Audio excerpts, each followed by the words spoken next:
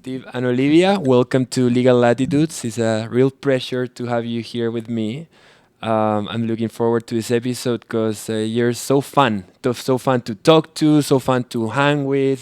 Since the moment I met you, back in the day when we were at that party, I immediately saw that you guys are always smiling, and so I'm looking forward to this episode. Thank you for being here with me. Likewise, thank you for having us. You were the greeter at that time. You were the Right. first one we met when we Oh, walked through the really? door. Yes, so Oh, we were. wow. Yes, we were happy to be So, here. so you guys do improv for trial, which when you think about improv, it somewhat sounds more like acting, right? And you're working with lawyers, and we're gonna talk about that in this episode. But before, I would like to touch on your background because legal latitudes, I'm an immigrant myself, and I like to know about like where people come from, my guests and all that, and that way we can show another side that maybe they don't know about you. So Olivia, let's start with you. Where are you from originally? And yeah. I am originally from Northern California, the Bay Okay. Area, Okay. but I am first generation Mexican American. Both of my parents were born in Mexico. My Oh, dad in wow. Mexico City, and then my mom in Tijuana. So That's awesome. yeah, so I grew up speaking Spanish. It was my first language until I went to kindergarten and had to just learn it on my own. So Really? yeah. Were you the translator for your parents for a while? You know, that's a great question because a lot of people are, right, at that Right. young age, but I was not. So both of my parents had been here, each of them since high school or younger. And so interestingly enough, I lost all the Spanish. I grew up speaking that language. It was my only language until kindergarten. And then, my parents didn't want me to speak with an accent. And so I had to relearn it in school, just like everybody else, Really? taking Spanish in middle school and in high school. Because, yeah, it just was gone for me. So I've But- had to relearn it. But you speak well now, no? I hope so. Yeah, I think based on Nos our vemos, yeah, brief we'll see. conversations, Yeah. you speak well. What about you, Steve? I grew up in LA suburb, Downey. My parents came from the Midwest when they were young, and so I have like a Midwestern. I've been told I have I say sorry a lot, so I'm always apologizing. But no, I grew up in the LA area, and then went to college at San Diego State. That's where I met Olivia, Nice. and we were in a play together. We were in a Greek play called Lysistrata or Lysistrata, depending on if you're doing it with an English accent or not. But we were both playing in the chorus, and then that play there, it's where the females, to stop war, they withhold sex from the men, and so there's these two choruses of the old women and the old men, and we had the old women, which Olivia was in. They had these long saggy boobs, and I know I'm telling the story, and I love and then it. I had, love like, it. this- I was gonna say, please tell us the story because like everybody likes to hear a romantic, beginning. And my costume had this long droopy phallus. It was so fun. But that's how we met. We actually were friends for many years. But we were both studying theater at San Diego State, and that's how we met. And then we realized after a few years of being friends that, hey, we're actually been dating. So that's how the story of how we met, and then we've lived in San Diego ever since. Really, pretty much. for the Have you most kissed part. yet, or still like just holding hands? Huh? Like, huh? So, like at a certain point, it's like, well, we're friends, but we like kissing each other. I don't know, like, huh? There's something like that. I didn't realize that what this podcast was going to be about, but that's all right. No, I think it was interesting because I think in the theater department, you have to automatically be close with who you are working with because Okay. you need to trust them. You need to have their back on stage, Right. and you have to have their back on stage. And so instantly you make friends. We have friends that are like family from that Yeah. department, but it kind of just grew from that because you have to trust each other and have Yeah. each other's back. That's a good story. That's better than getting to know each other through Tinder, right? Exactly. So, Not so that there's anything wrong with that. no, not at all, not at all. But yeah, there is some backstory into how life put you both Yeah. into, this path that you're now still going through, which is acting, but with a twist, right? Because you're doing it for lawyers. And you're using your skills into what lawyers do in the courtroom. So how is it that from being actors, and you were telling me before we started recording that you have different quote unquote specializations, right? You're more improv, and Olivia's more script. So why don't you describe a little bit what's that difference for people who don't know? Yeah, when scripted work, and Olivia can speak to it too if I miss anything, but it's really you're performing from a written script Right. that a playwright or a screenwriter has written, and you're creating a character based off of those written words. You're trying to mine it for all those little gems that help you become a full character. In improv, and usually it's a comedic thing. That's usually where you see improv, but it doesn't have to be. But in that case, you're discovering your character on the spot with whoever you're performing with. Right. And so for me, I needed the cheat because it was really, I'm a little ADD, and a lot of improvisers are. It's really hard for me to be consistent with scripted material. And Okay. I did improv in high school, and then I kind of went away from it. Our school didn't really have a great improv program at the time we went there. But when I got back into it, I realized that moment of discovery, because you're discovering everything with, like I said, you're creating your characters, you're finding out where you are. There's no props or setting or a set or anything like that. So that it kept me fully focused on what's going on. And so when I react in that improvised scene, I'm having genuine emotions Right. because I'm giving myself fully to that Yeah. scene. And so for me, it worked really well, and I love that navigating the unexpected, and trying to keep pushing forward to achieve all the goals that you need to do to put on something that people want to watch. Right. Keep the narrative going, which really helped out once we kind of fell into working with attorneys. So you were performing for a while before working with lawyers. What did you do before doing what you're doing right now? So before I like I said, we turned a 1-day gig or 2-day gig into, now we've been doing it for over 10 years, working with lawyers. But I was an ensemble member of a theater in San Diego called National Comedy Theater, and they just celebrated their 25th year. But I was I was part of their main stage cast for 10 years. And at that point, when I first started working with lawyers, I'd been doing it for about 4 years at that time. Okay. But before that, before I really gave myself to the arts, I took a 5-year sabbatical from working in the arts, because I had that moment of I got to do something with my life, and I once again kind of fell into working auto claims. I was an adjuster for a number of years. Oh, no way. And so I wasn't doing any acting because I was exhausted from all that work. So I understand how that feels for attorneys too, even though it's kind of a different animal. But I did thousands of interviews investigating claims, and I had an understanding, even though I was burnt out and I never wanted to do that again at the end. And I kind of was like, what is this ever going to be helpful to me in my career as an actor going forward? I had no idea. But what I realized from that time interviewing all these people, when I first started, I got really frustrated interviewing people because they would lie. They would just always be lying. It's obvious that you didn't see the person before you got hit because you weren't paying attention, that kind of stuff. Right. And something clicked in me when I realized, and I think this is because we came from an actor's background, where I realized that these people aren't lying. They've gone through this story so many times in their head that they're like, no, it wasn't me. I didn't do the thing. I'm ethical. Mm-hmm. And actually, that's how we. I don't want to, get too far ahead. But when we're doing simulation work, acting as experts or lay witnesses or anything in simulations, we take that approach where the witness is trying to be an ethical person, even when everything they're saying doesn't seem that way. There's an ethical boundary that they want to live in.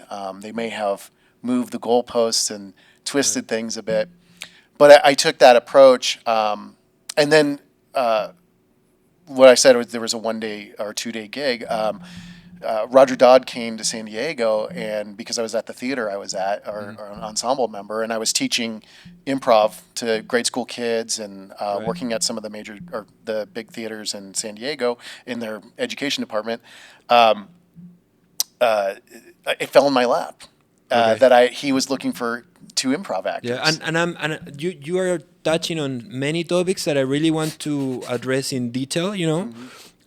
So when Roger Dodd shows up, or that opportunity came to touch your lap, was Olivia around, or you came after? Like, I actually came later. Steve started with another improv actor, and I think it was really because at the time I was doing a lot of scripted work. Okay. I am an actor who does plays that Right. exist or are in development. Yeah, and yeah. Right. So for me, that's my foundation. That's where I got, like, even just, when Steve talks about, he can sink his teeth into something where he just makes it up on the spot. For me, that's scary for me. So Right. I didn't come to improv until much, much later, because I needed that foundation. I needed that, Right. that thing to fall back on.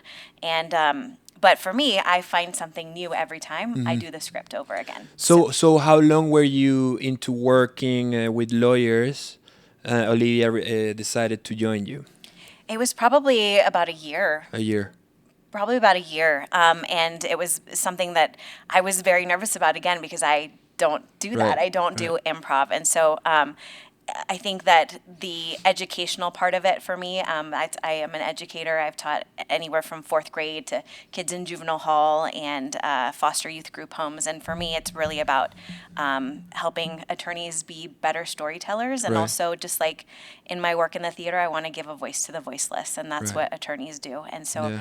for me is where I found comfort in the helping aspect of it. And then all my defenses That's kind of great. slipped away from that. And we're gonna get into the storytelling part, but we mentioned Roger Dodd, and for us lawyers, we know who Roger Dodd is, right? But for people who are listening to this that don't know who Roger Dodd is, you more than anyone know who he is, right? So why don't you tell everybody who Roger Dodd is? He wrote a book called Cross-Examination, Science and Techniques, amongst several other books. Right. That one he wrote with Larry Posner. It's probably the more well-known book. He's written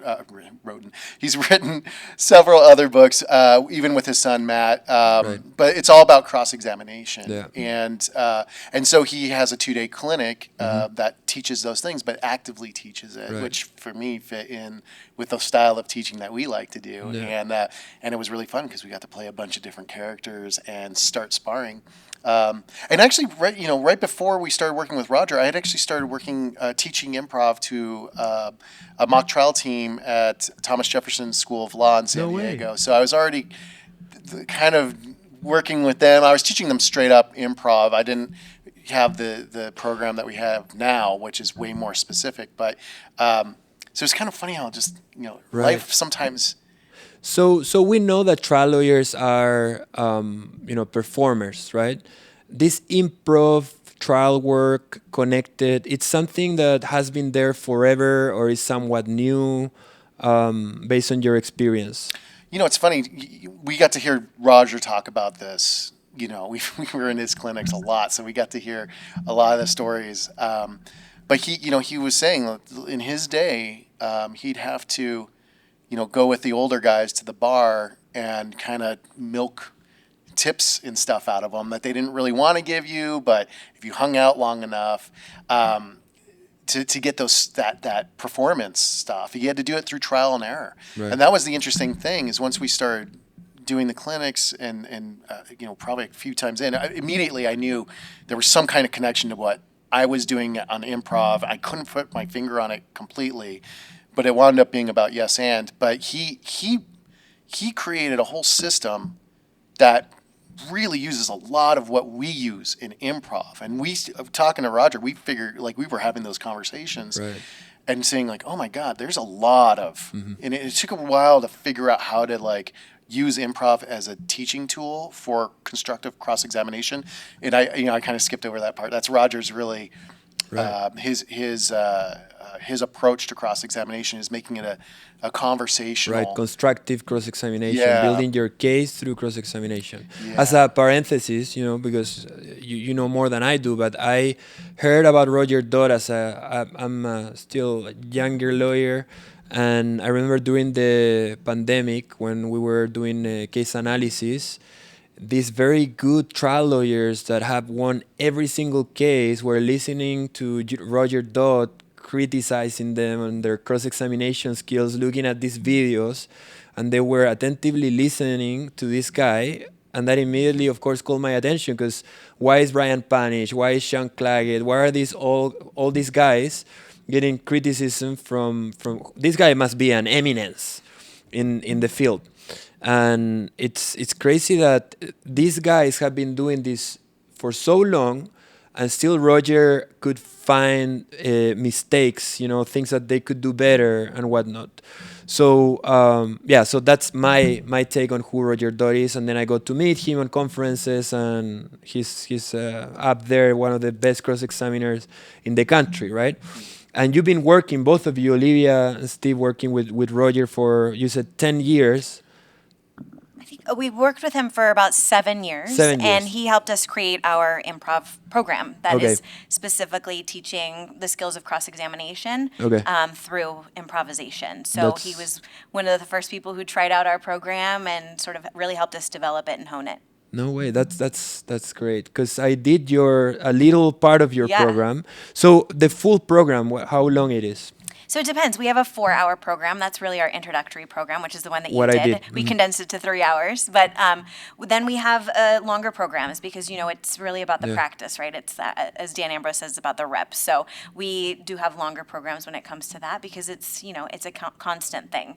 It's a lifelong learning practice. Yeah, for sure. So from storytelling, how improv connects with storytelling. That's something that we're gonna talk about, the cross-examination part and more of like the techniques that you guys teach. But let's start with the storytelling, which is so important for every lawyer. It really is, and I'm just reminded when I hear that kind of connection of how important storytelling is when I worked in teaching playwriting in juvenile hall, and those kids, I had to teach them how to write a play, but none of them had really ever seen theater before, and Right. so before they dove into writing a play, we brought in professional actors to act out scenes for them so they could see the difference between writing, a first-person narrative versus dialogue with characters.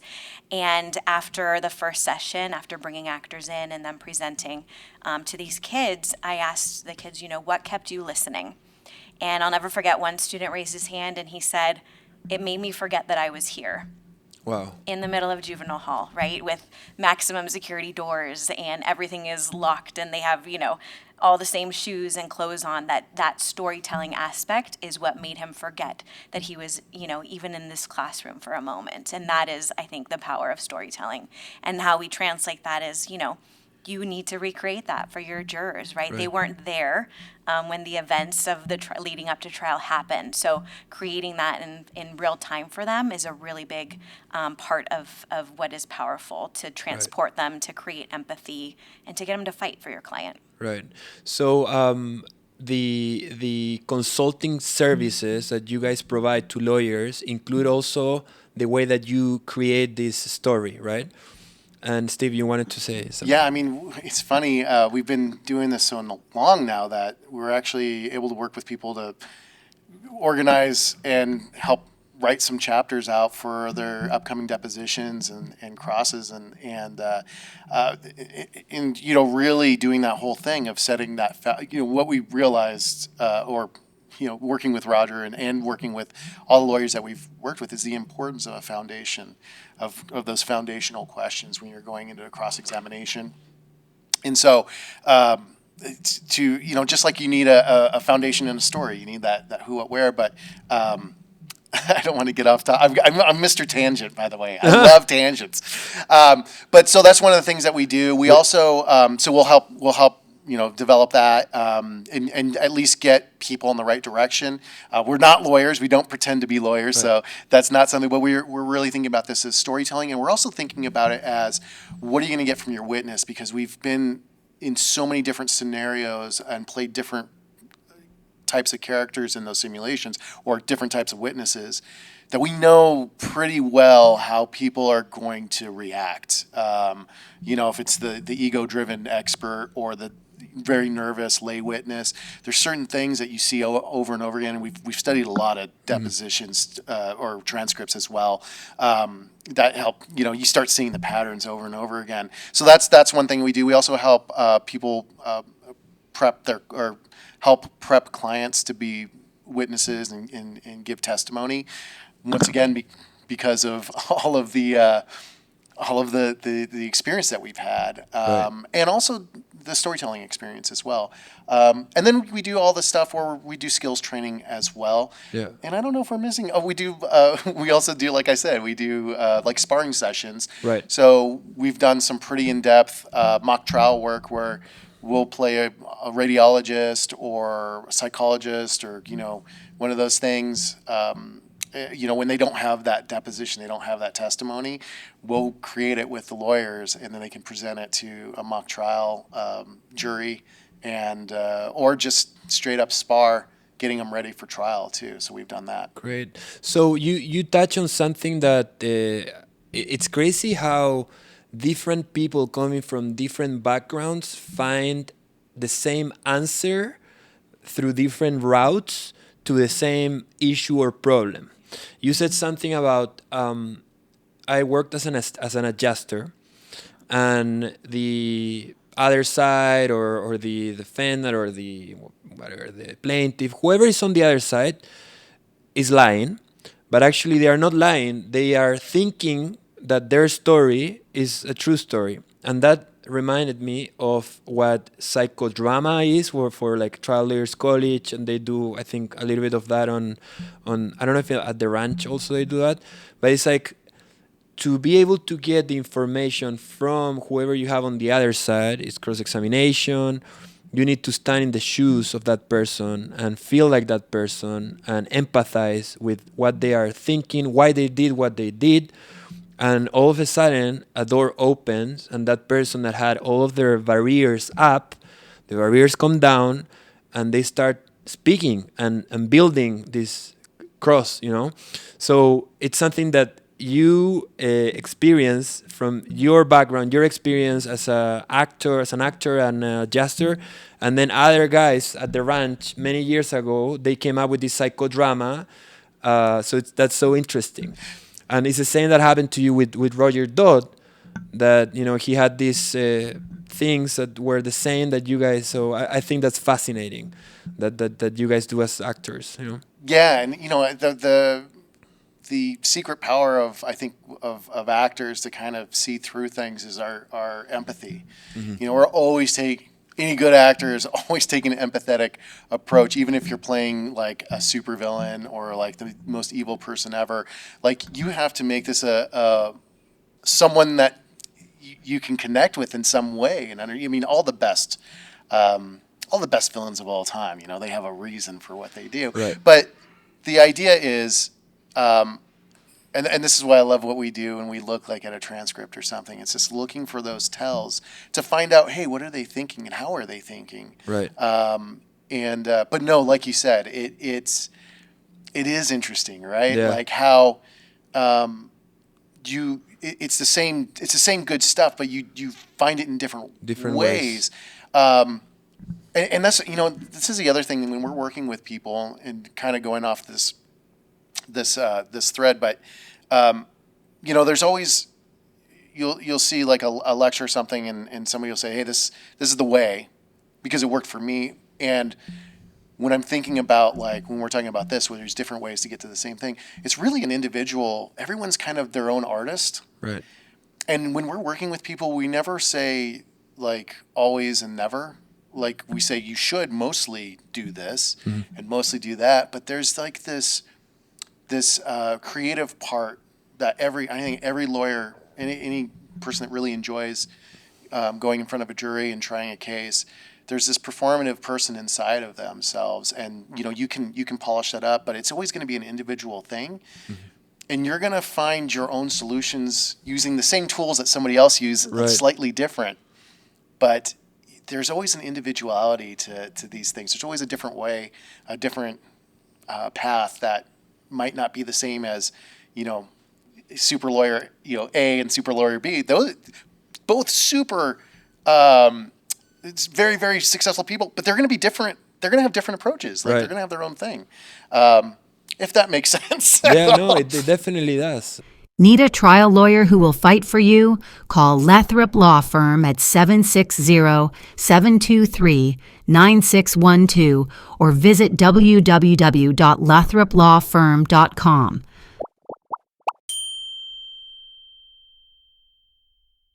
What's your take on that, Olivia? Have you experienced the same,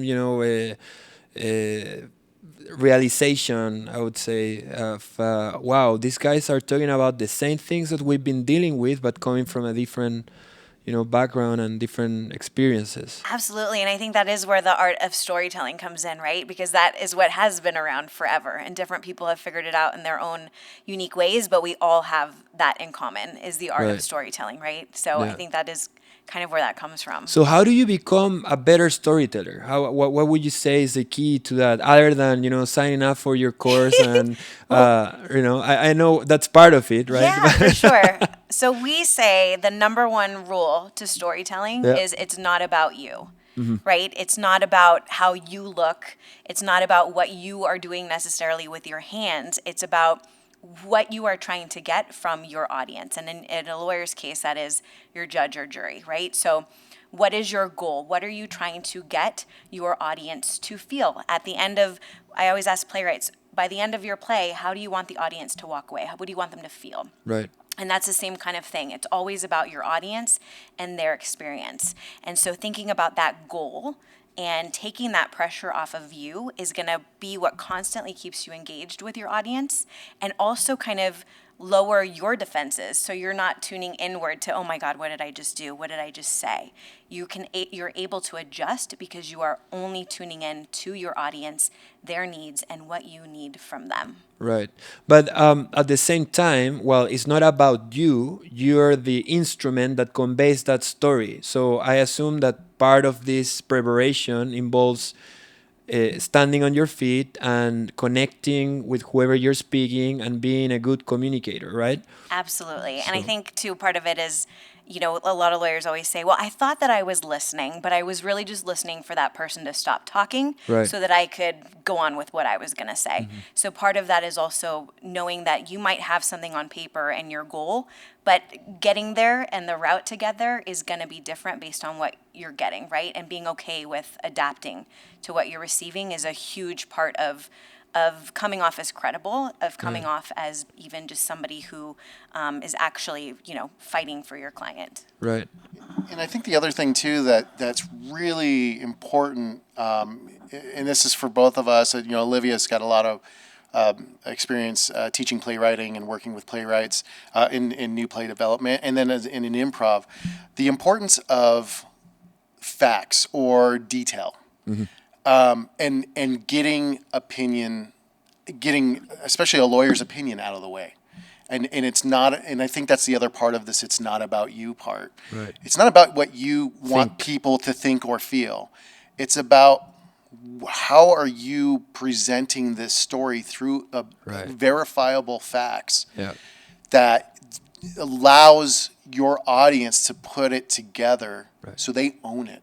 And it's no longer, they don't have to trust you. It doesn't matter about you because you've created a story that now they own. And they're going to go way further than any goal that you ever could put out Right. because you allowed them, you trusted your fact finders, your judge and jury to see beyond what you're saying. And like I said, getting that opinion, getting those conclusions out of your, especially in those cross-examinations, getting that Right. out of there. Because as a witness, when we're doing simulation, anytime we hear, a conclusion like about how I should, as a witness, how I thought or felt, you don't know how I thought or felt. Right. And I'm never going to agree with you on how I thought or felt, especially when I'm the opposing witness. Right. And so those things are going. But if we go one step at a time, and it goes back to that Roger technique of one fact at a time, leading questions only, and you're systematically getting those really nice, hard facts out there, and you do it in a nice order, Yeah. you're telling a beautiful story that people can follow and they can connect with. And so that's the other part of when we were saying, like, it's not about you, it's about the facts, and it's about the story that you're telling. In other words, how to convey an objective story in a way that creates a sensation, a feeling, a conclusion that is your desired conclusion. Right? So it's like, I just want to convey facts, make the jury reach out the conclusion you want them to reach without you telling them this is how you should decide here. Yeah. And that's fascinating. We have an example where it's like, instead of telling the jury it was a bad accident, well, what's the facts behind it? The jaws of life were used in the rescue. Now, as a listener, I am imagining the jaws of life, and that's no longer a bad accident. That's a horrific accident, right? So you didn't tell me it was bad, but you showed me. You allowed me to imagine it in my head, and now it's much clear picture, and it's much worse of a picture. Right, Yeah. right. The power of words. I listen. I don't know if you know Keith Mitnick. I have read all of his books, and he's a big advocate of language. Instead of talking about accident, talk about the crash. And immediately when you use the word crash, and that's like the easy one, but you imagine the metal, bent, and the sound, the smoke coming out of the vehicle. It's more of a shocking image. So it's all connected, the power of language with the framing, and then also the performers, right? That you guys are, and how you teach that to lawyers. That usually lawyers in general, we are trained to be writing and reading and seated at a library. We're not trained to stand up and perform. Maybe it's a few out there that speak well in public. That's like somewhat related to be a lawyer, but it's the performance part that is sometimes so challenging for us. And this is where, like, the improv world comes in, where I really like what we do and the programs that we do, because everything that when you're teaching improv, it's like a very joyful thing, and because we're teaching you to be like, hey, don't sweat making mistakes, because you're going to, but those could be opportunities. So we need to not be afraid of screwing up. We need to be really comfortable with that. And so we take this approach with the way that we've taken these improv exercises to help teach, the skill sets that we're putting out there. But our Olivia and I both, and I think it's also probably the way, because we worked with kids so much, we know that the more fun you're having, the more you're actually going to play with these skills and tools, and they're going to become part of you. You're actually going to be able to take them on, because you're not going to be fearful of playing with them. Kids learn really fast because they're playing. They're having fun. And it's like, oh, I messed up. That didn't work so well. Let me try it this way. Oh, this works really well. Now I'm having a lot of fun because I'm really kicking butt here, and that kind of stuff. And so we take that approach with the skills that we're doing. So it's not a negative feeling or like, oh, God, I got to go and work. It's like, hell yeah, we get to work, know? And even when we're prepping people for trial, that's the fun part. You guys get to go to trial. That's awesome. You did all this terrible, like you said, writing and getting a client and doing, all of the different paperwork and all the different things that you need to do, that worrying about the money and all that. And when you get to trial, that's the time to perform. That should be the most fun part of what you're doing, not the most stress. I mean, it's going to be stressful, but that could be really great. That's fuel, That's where you're feeling it. You're feeling alive. And that's why I love that we've grown from just doing these skills trainings and things like that, where we get to work with people and go, hey, you haven't had the time to sit down and think about your story, and now we get to do that together, and we'll do it. We're going to make it like 10 times faster, because there's 3 heads now, and we're all focused on the same thing. But that idea that the more fun you're having, the more you're going to be a better performer most of the time. And when we're doing the trainings, you're going to take those skills and those tools on. And we'll talk a little bit about the trainings too. I think it would be good if you give us a little bit of, like, I don't know, some examples of the things that you train people to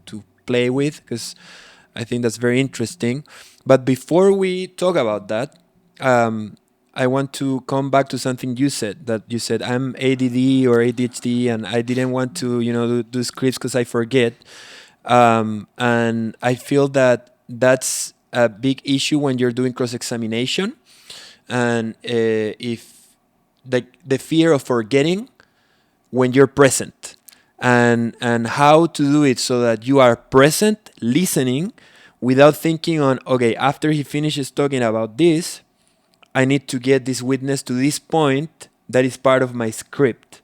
So in a way, it's a dispute, a mental dispute between the scripted acting, the scripted lawyer, right, with the improv lawyer, and how you combine those two. Maybe you don't need a script anymore, but then your ADD, your ADHD, which I feel like we all are a little bit, a little bit like that. The fear of forgetting to bring this point across. I want Olivia to chime in on this for sure too. But first of all, there's never a part where we're saying you don't have to prepare anymore. You have to prepare, For sure. and that's Yeah, part yeah. of it. That's how you live and breathe your case, and what your strategy is. But we know that, and especially the success we've had is when you're goal oriented, when you're clear on what you're trying to achieve. You have a freedom, and the constructive cross techniques are really good for what we call off-roading. So you want to have your Roger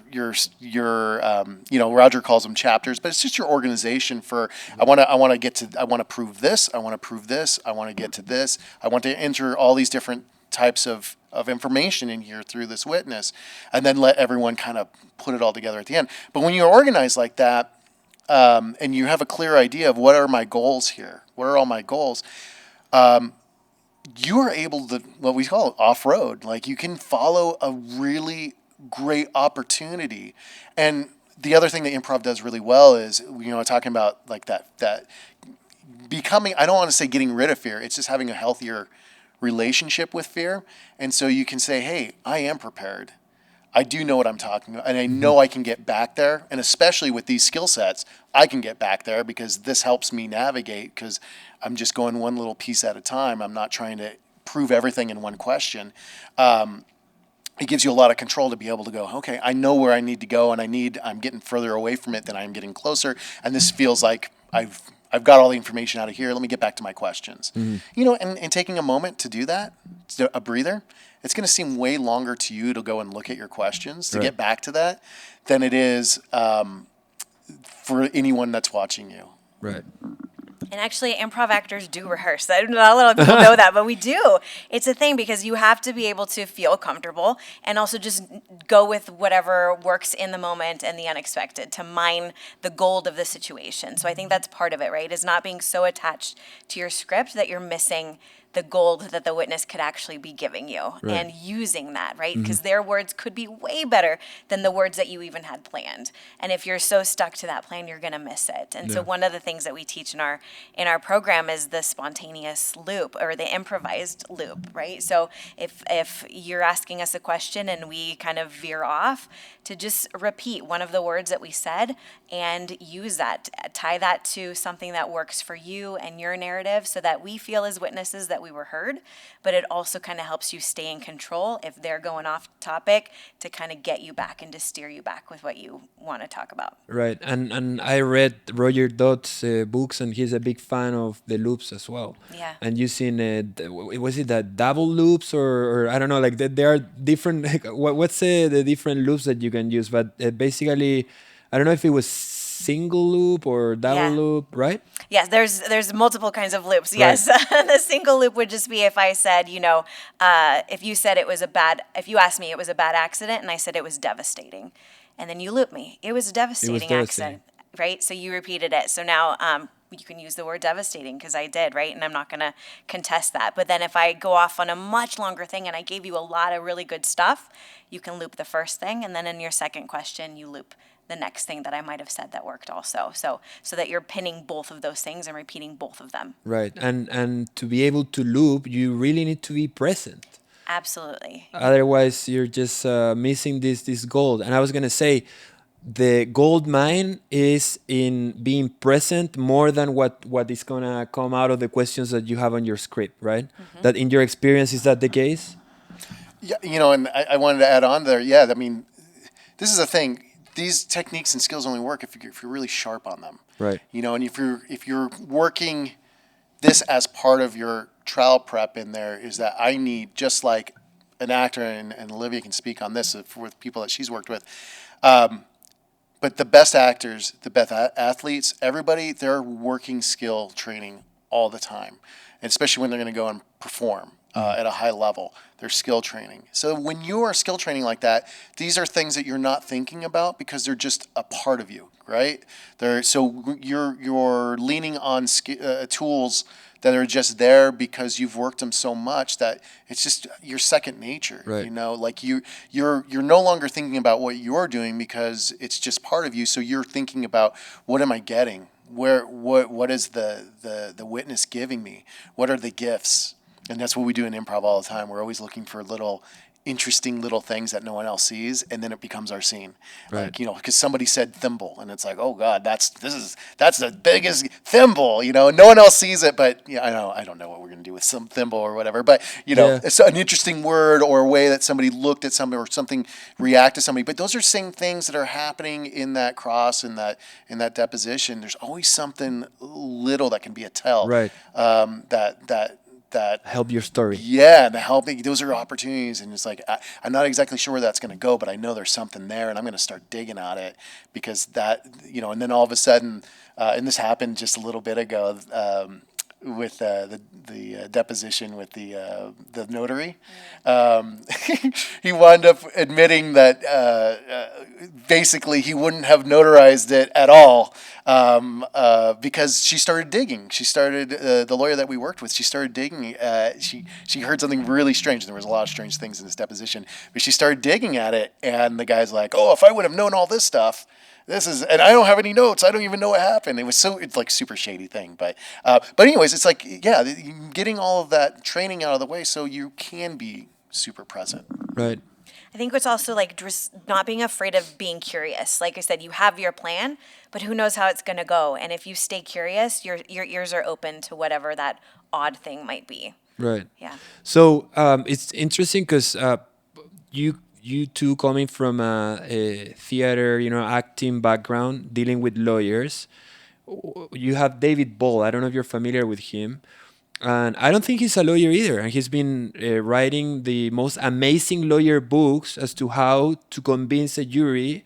And any lawyer that does trial work will tell you David Ball changed the game from the reptile theory, and after Damages, that, yeah. Damages, and all those books.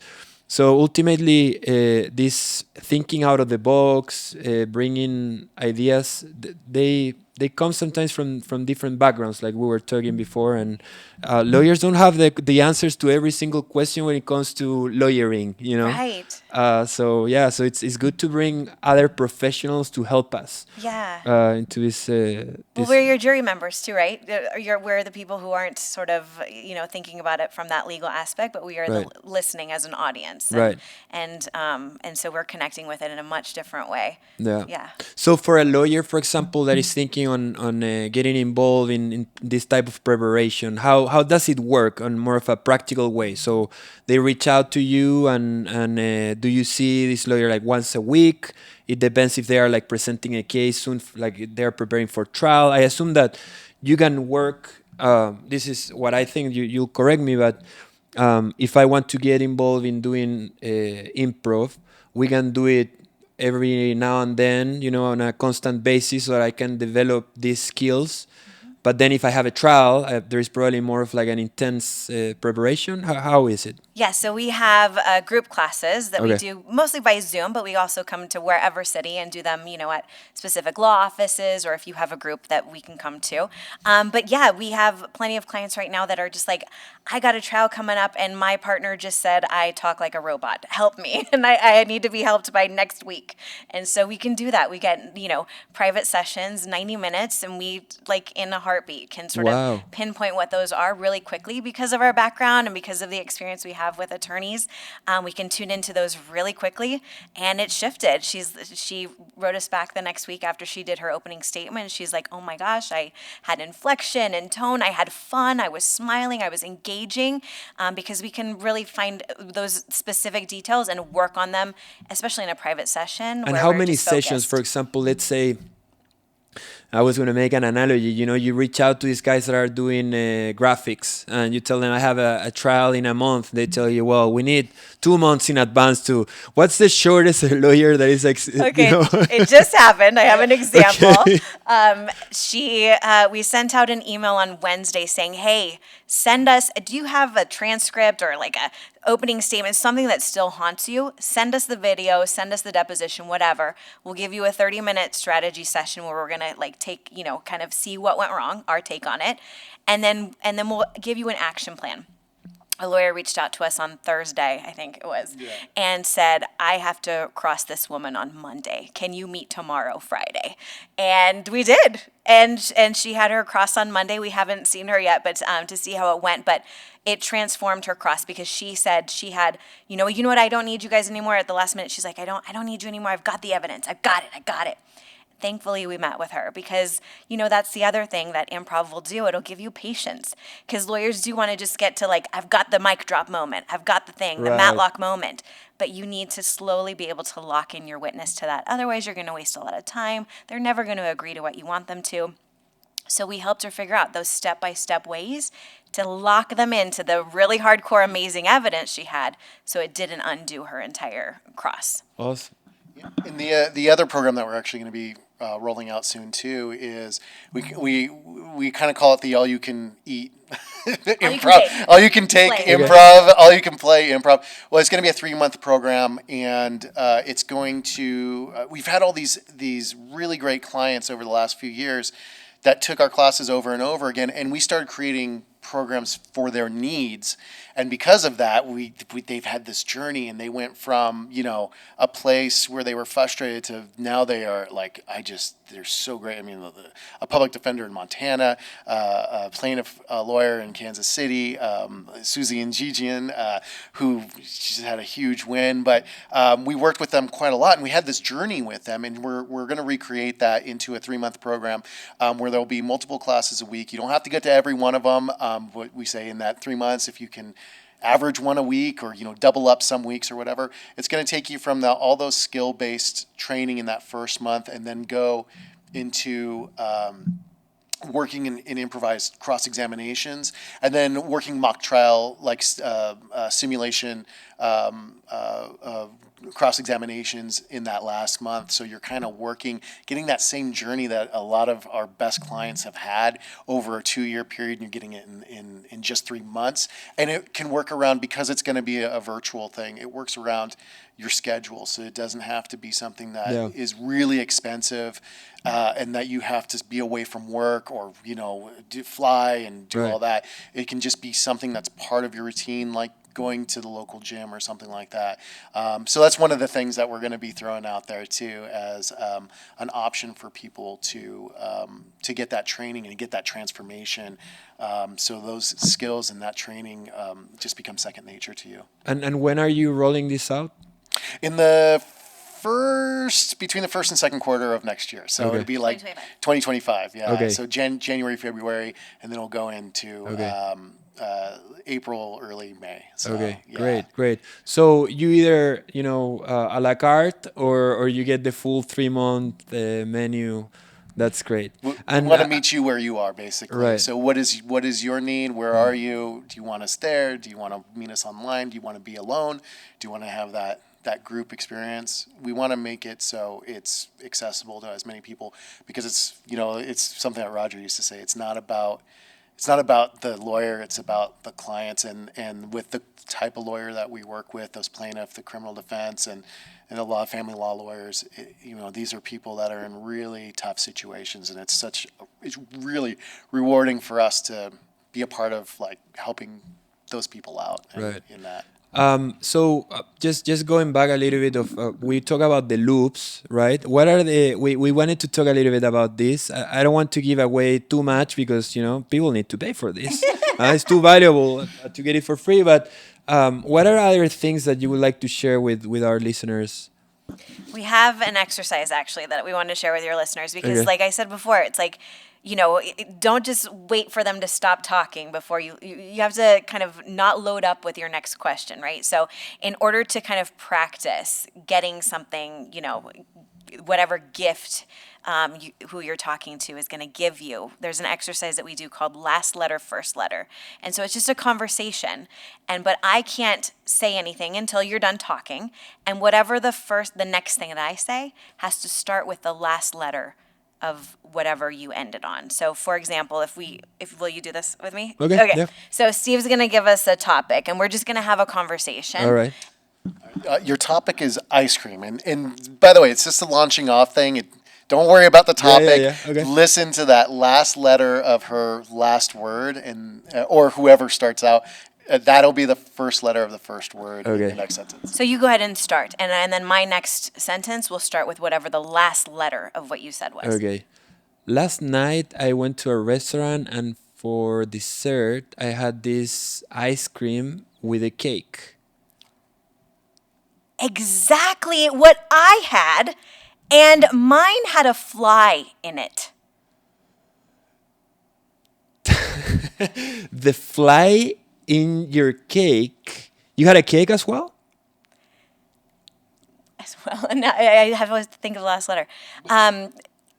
Literally, it was the biggest fly you have seen in your entire life. I took a picture of it. The picture that you took, was it on your phone or did you have a camera with you?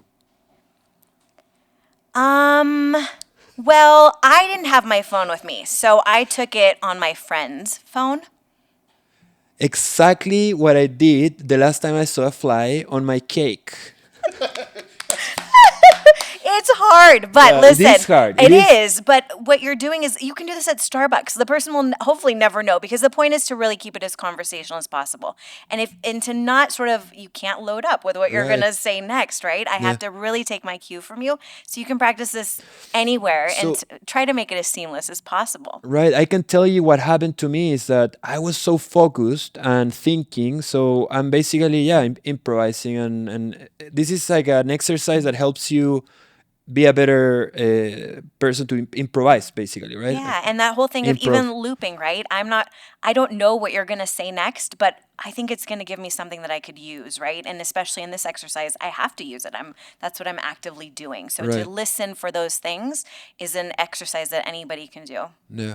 That's awesome. That's awesome. I think we covered most of the topics we wanted to cover. We're Yeah. reaching an hour. That was a great conversation. I don't know if there is anything that we're gonna give your guys contact to wrap up. Because if someone wants to get in touch with you, where do they find you? So we're at houseimprov.com. That's house spelled Haus, and then improv, improv.com. And we do have 2 free resources on our website. The first one is called Facts to Feel. So it's about exactly what we were talking about before. Like, how do you turn hard facts into something that engages an audience's emotions and empathy? And so we have a resource for that. And then also with our witness prep, we gathered the top questions that we ask witnesses when we prepare them for trial and put them all into a document that have really, like, those answers, we've passed them on to attorneys because it's created sort of their narrative from it. So stuff that you wouldn't think to ask that, as non-lawyers, we ask witnesses that really help attorneys create, that story that they're going to take to trial. Awesome. Thank you so much. That Thank was a you. great chat. Yeah. Thanks.